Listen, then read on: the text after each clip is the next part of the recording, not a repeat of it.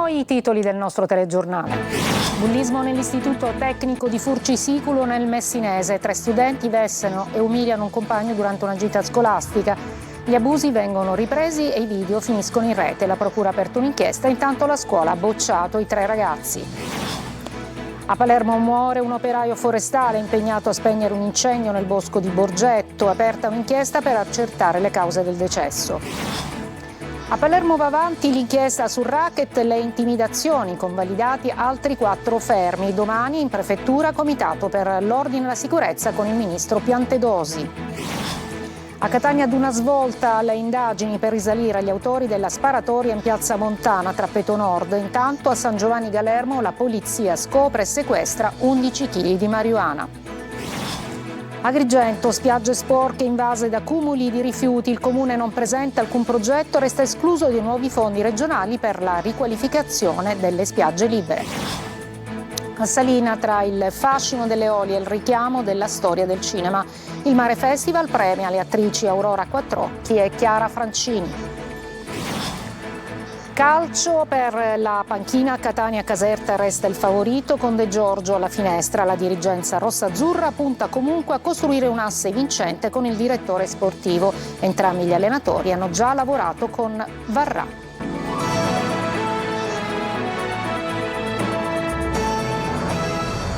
Buongiorno e buona domenica. In apertura del nostro telegiornale una storia di bullismo che arriva da Furcisicolo. Siamo nel Messinese. 3 studenti vessano e umiliano un compagno durante la gita scolastica. Gli abusi vengono poi ripresi e i video finiscono in rete. La procura ha aperto un'inchiesta e nel frattempo la scuola ha bocciato i 3 ragazzi. Ci dice tutto Emanuela Corsi. Bullizzano il compagno e la scuola li boccia. Una pena esemplare, quella deliberata dal Consiglio d'Istituto della Salvatore Pugliatti di Furcisicolo, a seguito di gravi fatti avvenuti durante una gita scolastica che si è trasformata in un incubo per uno studente di 17 anni. Protagonisti di questa vicenda sono 3 ragazzi, un maggiorenne e 2 minorenni, che frequentano l'istituto tecnico del piccolo comune del Messinese. Durante il viaggio di fine anno in Campania avrebbero preso di mira un compagno, costringendolo a subire atti di bullismo e pesanti umiliazioni, riprese con i cellulari e finite su chat e Instagram. Sono stati i genitori del 17enne, una volta scoperta la vicenda, a presentare la denuncia ai carabinieri. La Procura dei minori di Napoli e la Procura di Salerno hanno aperto un'inchiesta, mentre la scuola ha già preso i suoi provvedimenti. I 3 studenti non sono stati ammessi agli scrutini. Noi continueremo a monitorare questa situazione, la famiglia ha interesse e ha tutto il diritto di costituirsi poi parte civile, perché si tratta di gravi atti di bullismo nei confronti di un ragazzo che ha trascorso un periodo che doveva essere certamente una gita di istruzione, quindi un periodo di spensieratezza, un periodo anche di allegria in un vero e proprio trauma per 4 lunghi giorni. Nella vicenda sarebbero coinvolti anche altri giovani che avrebbero ripreso e diffuso gli abusi. Una tragedia nel Palermitano perché un operaio forestale muore nel tentativo di spegnere un incendio nel bosco di Borgetto. È aperta intanto un'inchiesta per accertare anche le cause del decesso. Tonino De Mana.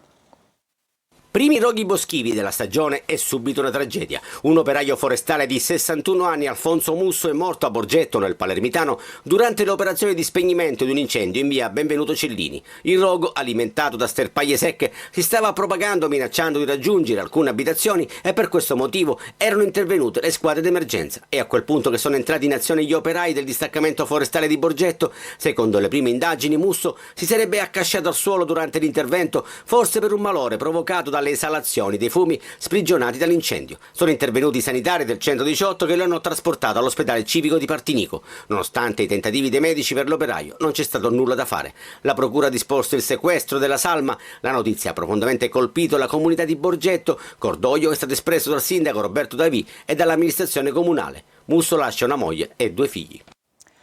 A Palermo il giudice convalida altri 4 fermi per l'escalation criminale degli ultimi mesi e domani intanto in prefettura il comitato per l'ordine e la sicurezza alla presenza del ministro Piantedosi. Marco Carli.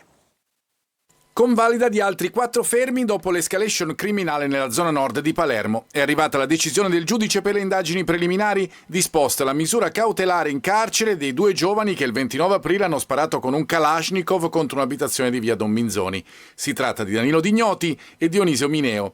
Stessa decisione per Massimo Gioè e Riccardo Civiletti, entrambi facevano parte del commando che il giorno dopo ha cercato di uccidere in via Montalbo a colpi di pistola Danilo Dignoti.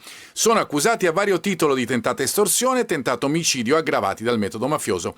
Nell'ambito degli stessi accertamenti sono stati fermati altri 4 ragazzi accusati di tentata estorsione. Sabato il giudice aveva convalidato i provvedimenti e disposto il carcere anche per loro. La spirale di violenza ha visto un altro episodio giovedì con il danneggiamento di una decina di auto parcheggiate nel deposito di Sicily by Car, la società di autonoleggio per cui si tratta della terza intimidazione subita dall'imprenditore Tommaso Dragotto, a cui è stata assegnata la scorta.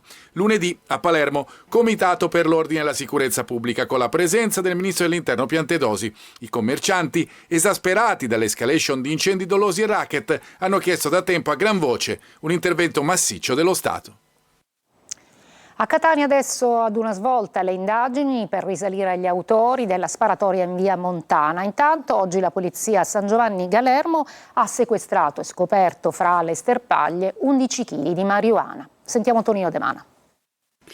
Il cerchio si stringe sulla sparatoria di Trappeto Nord con la squadra mobile di Catania che sembra avere individuato alcuni dei protagonisti del conflitto a fuoco avvenuto nella notte tra giovedì e venerdì. Il grave episodio sfociato nel sangue potrebbe essere legato a tensioni riconducibili al mondo dello spaccio. Ad aprire il fuoco sarebbero stati alcuni giovani a bordo di uno scooter che a sua volta avrebbero subito l'immediata reazione di uno dei ragazzini. Una trentina i bossoli rinvenuti a ridosso di piazza Beppe Montana unitamente ad una pistola, forse caduta per terra durante il fuggi generale. Uno di questi sarebbe il figlio di un noto pregiudicato ritenuto figura di spicco nel mondo dello spaccio nella zona di Trappeto Nord. A San Giovanni Galermo invece il fiuto del cane poliziotto Ares ha permesso di scoprire e quindi di sequestrare un maxi carico di marijuana oltre 11 kg in un nascondiglio tra sterpaglie e rifiuti di ogni genere. È in questo terreno, poco distante da via Capopassero, che Ares ha individuato il carico, indirizzando gli agenti della squadra cinofili e delle volanti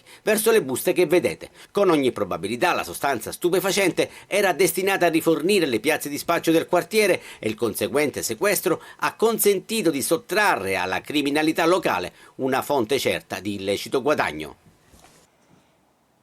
Incidente stradale mortale la scorsa notte a Isola delle Femmine. La vittima era un Gianluca Rubino, dipendente dell'AMAT di Palermo, che viaggiava a bordo della sua moto quando, per cause ancora in corso di accertamento, ha perso il controllo del mezzo finendo contro un palo. Si indaga sulla dinamica, ma non si esclude anche un malore improvviso. E si lavora ancora su Montagna Grande, siamo nel Trapanese, per spegnere l'incendio che da ieri sta devastando il demanio della forestale. Nella notte i vigili del fuoco sono stati impegnati anche nella protezione di abitazioni ovili che insistono appunto sulla zona. Sentiamo Laura Spanò.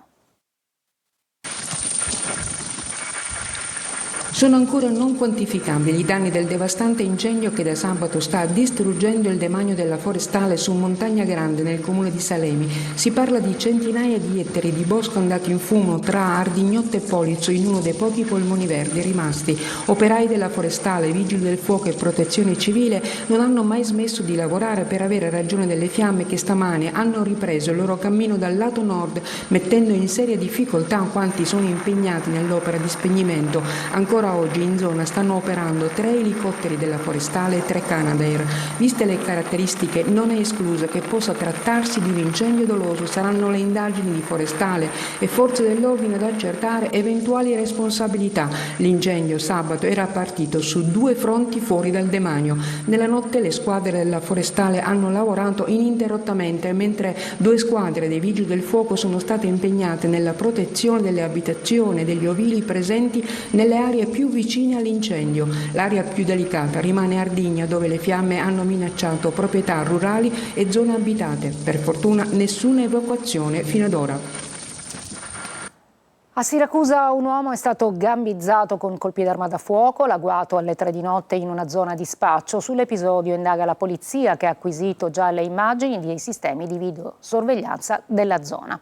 Adesso ad Agrigento, che resta esclusa dai nuovi fondi regionali per la riqualificazione delle spiagge libere. Dopo il mancato accesso ai contributi per la pulizia dei litorali arriva un altro stop. Intanto le spiagge sono invase da cumuli di rifiuti. Davide Sardo. Agrigento perde ancora terreno. Dopo aver mancato i fondi regionali per la pulizia dei litorali, la città dei Templi resta fuori anche dal nuovo piano della regione per la riqualificazione delle spiagge libere, un doppio passo falso che accende le polemiche alla vigilia dell'estate. Le immagini mostrano accumuli di rifiuti e tratti di costa segnati dall'incuria, una situazione che continua a far discutere mentre altri comuni siciliani ottengono risorse per migliorare l'accoglienza e i servizi ai bagnanti. Nelle scorse settimane il comune di Agrigento non aveva partecipato con successo al bando regionale per la pulizia delle spiagge, una scelta motivata con la complessità delle procedure, ma che aveva già sollevato critiche da parte di cittadini e opposizioni. Adesso arriva una nuova occasione mancata. La Regione siciliana ha stanziato 5 milioni di euro per realizzare docce, passerelle, aree gioco, servizi igienici e postazioni di salvataggio sulle spiagge libere. Sono 81 i comuni finanziati, tra questi anche Licata, Porto Empedocle, Realmonte e Menfi. Agrigento invece non compare nell'elenco, un'assenza che pesa e che riporta al centro il tema dell'efficienza amministrativa e della valorizzazione del litorale agrigentino. La polizia di Comiso, nel Ragusano, ha denunciato 10 persone per rissa aggravata dopo una lite nel centro storico. La lite infatti era scoppiata per vecchie controversie di vicinato tra i due nuclei familiari. Il sindaco di Priolo Gargallo, siamo nel siracusano, Pippo Gianni, denuncia l'aria sempre più irrespirabile. Chiede al ministro dell'Ambiente di fermare gli impianti del polo petrolchimico da dove arrivano i forti odori di idrocarburi. Francesco Loi. Basta puzza. Non poteva essere più diretto di così il sindaco di Priolo Gargallo, che dice basta ai continui miasmi delle raffinerie. La sua richiesta: fermare gli impianti per poi farli ripartire gradualmente, in modo da capire da dove arrivino i cattivi odori. Per capire qual è la motivazione per cui ogni giorno, ormai una costante, in questa città di Priolo ci sia una puzza così violenta da portare i bambini anche al vomito costante e continuo. Il sindaco ha messo tutto nero su bianco in una lettera indirizzata anche al Ministero dell'Ambiente. Abbiamo inviato una lettera di richiesta di intervento al Ministero dell'Ambiente, all'assessore regionale, al prefetto, per conoscenza al Presidente della Confindustria e per conoscenza alla Procura, chiedendo che siano fermati gli impianti. È una delle richieste. Tra Priolo, Melilli, Augusta e Siracusa la situazione sta diventando sempre più insostenibile, in quello che da molti viene definito il quadrilatero della morte. Chi abita nella zona è stanco di questa situazione. A testimoniarlo sono anche i tantissimi messaggi sotto al post pubblicato dal sindaco su Facebook. Tanto che ci sarebbero gruppi di residenti pronti a scendere in piazza. Vogliamo sapere chi fa questa operazione di produrre un lezzo maleodorante e veramente ignobile e vergognoso. Dopo Licata anche Canicattì nell'Agrigentino scende in piazza per avere i rubinetti a secco in molte delle abitazioni. Al centro della protesta il regolamento ATI che riguarda le utenze delle zone periferiche non servite dalla rete idrica. Davide Sardo. Ancora piazze piene nell'Agrigentino. Dopo Licata anche Canicattì scende in strada per chiedere acqua nelle case. Una protesta forte e sentita. Centinaia di persone si sono radunate nella villa comunale del Viale della Vittoria. Qui cittadini e famiglie hanno denunciato i disagi quotidiani legati alla carenza idrica. La manifestazione è stata promossa dal Comitato Civico Acqua Bene Comune. Legalità. Incomincia dal prefetto, dalle istituzioni. Il primo è il sindaco, che sta facendo gli interessi dei privati e non gli interessi dei cittadini. Al centro del confronto il regolamento approvato dall'ATI, un provvedimento che impone alle abitazioni delle zone periferiche non servite da rete idrica e fognaria la stipula di un contratto con AICA, la società che gestisce il servizio. In assoluto dispregio di questa città come di altre città, vedasi Licata, vedasi Giavanusa, vedasi Agrigento, non sono più rappresentative ATI e AICA, le governanze, non sono più rappresentative e non hanno titolo per garantire un servizio istituzionale, l'incolumità, la salute, hanno fallito purtroppo finanziariamente, produttivamente, economicamente. Nel sit-in si è parlato anche delle autobotti AICA richieste come unica alternativa possibile. La protesta ora potrebbe continuare. Breve pausa, poi a Salina per il Mare Festival.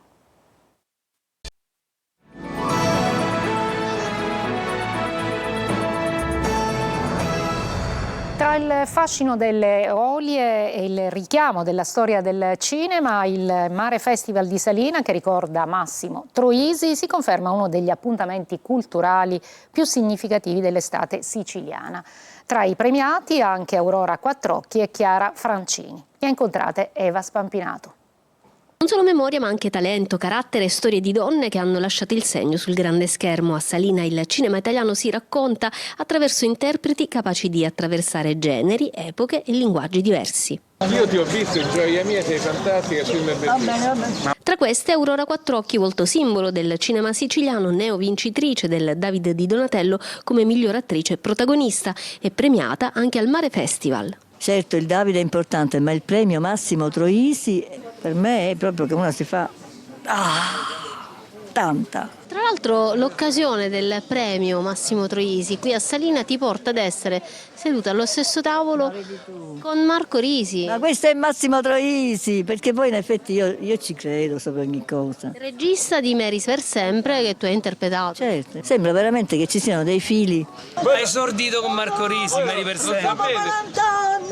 Ti rendi conto? Io non avevo fatto mai i provini, non me ne interessava niente, non ne facevo cinema, non mi passava manco per l'anticamera.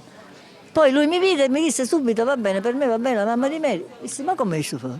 Cioè io sono rimasta... E da lì è nato tutto. E da lì è nato tutto. Tra i premiati di quest'anno anche Chiara Francini, attrice e scrittrice che ha saputo conquistare pubblico e critica passando con naturalezza dalla commedia ai ruoli più intensi. Io credo che il cinema, come i libri, come lo spettacolo, siano degli affreschi. Un affresco lo si guarda, ma di fronte ad un affresco si deve anche necessariamente riflettere, anche quando è un affresco divertente.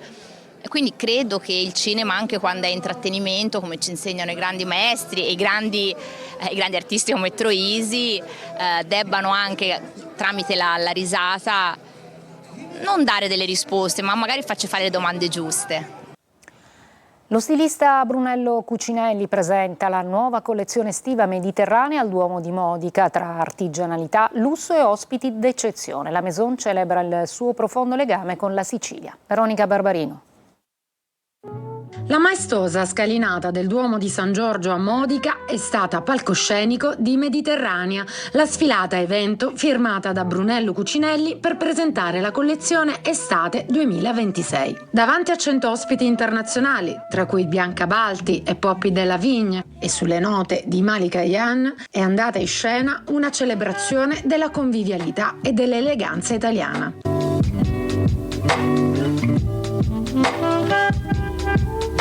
A guidare l'evento, che ha celebrato lo stile di vita italiano e il profondo legame con la Sicilia, è stata Carolina Cucinelli, che ha fatto le veci del padre Brunello, impegnato al Taormina Film Festival per la proiezione del documentario firmato da Giuseppe Tornatore. Abbiamo un'affinità con la terra di Sicilia e quest'anno la nostra collezione, che si chiama Mediterranea, proviene appunto da Sicilia e soprattutto Modica. Abbiamo preso un po' di quello che è l'essenza di questa città, le architetture, e le abbiamo traslate in alcuni pattern per creare alcuni dei nostri capi.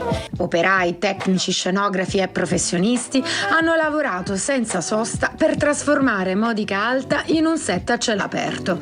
Circa 400 addetti coinvolti, strutture ricettive piene da Ragusa a Scicli, una logistica imponente e una lista di invitati blindatissima, con molte firme della stampa della moda estera arrivata in città per assistere a un evento che proietta Modica tra le grandi capitali del glamour.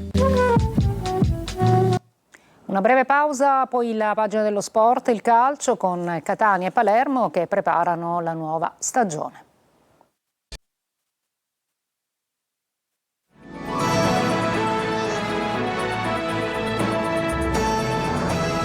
il calcio, i nomi per la panchina del Catania, che il tecnico sia Caserta ancora favorito o De Giorgio. Il Catania vuole comunque costruire un asse vincente con il direttore sportivo. Entrambi hanno già lavorato con il nuovo direttore Varrà. Marco Carli. Il Catania riparte dall'asse forte DS e allenatore. Questa è l'intenzione, che ha già un primo protagonista, Varrà, da tempo operativo, si attende l'ufficializzazione. Il secondo, l'allenatore, arriverà. Il ruolo vede un favorito, Caserta, e un secondo candidato, De Giorgio. Sarebbero in ribasso le figure di Tomei e Diana. Comunque sia, dunque, si torna al punto di partenza. L'asse forte, direttore sportivo e tecnico, indispensabile per fare bene. Che sia Varrà Caserta o Varrà De Giorgio, stiamo parlando di binomi già rodati, il primo nell'esperienza beneventana, il secondo a Potenza. La scelta dipende dal progetto da sposare. In questo il Catania ha cambiato regime per farla semplice, impostando i contratti su una parte variabile, diciamo premiale, che ha un peso maggiormente significativo rispetto al passato. In sintesi, sposi il progetto per portarlo alla vittoria ed essere premiato o confermato. Caserta, che avrebbe chiesto un numero comunque importante di giocatori nuovi, era e resta il prescelto. De Giorgio, che crescerebbe di livello da una C con obiettivi moderati ad una C a vincere, ha comunque tanti estimatori. I tempi si entrano nella settimana decisiva, anche se per gli equilibri dei vari campionati e anche delle scelte, il responso del 16, con le iscrizioni che tireranno una linea al netto dei ricorsi, potrà far rivedere i progetti di alcune società. Ma un dato è pressoché certo: il peso dell'asse DS allenatore, che a Catania potrebbe fare la differenza. Il Palermo lavora a fari spenti su alcune trattative, tra cui quella per il difensore del Como Cassandro, per il centrocampo Idea Romano di proprietà della Roma. Per Brunori c'è la fila di pretendenti. Marco Gullà.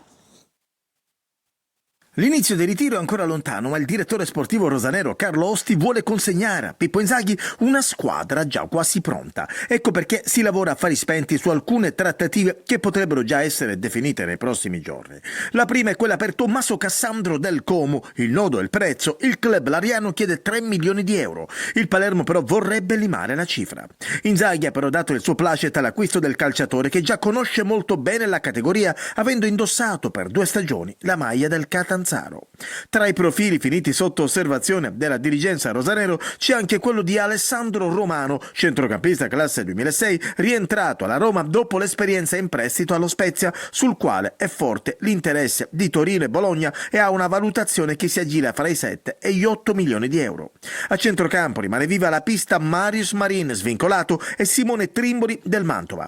Reparto offensivo, resta da monitorare la situazione in merito all'Eduaron. La sua permanenza non può essere considerato una certezza. Il DS Osti valuta come alternativa Stefano Moreo, apprezzato per la sua duttilità e conoscenza delle richieste del tecnico. Jonsen invece viene considerato una certezza per il futuro del Palermo e sarà un punto fermo nella prossima stagione. Per Brunori invece c'è la fila. Oltre a Sampdoria e Modena, l'attaccante interessa anche alla neopromossa Vicenza. È tutto per questa edizione, la prossima alle 19. Grazie per l'ascolto e ancora buona domenica.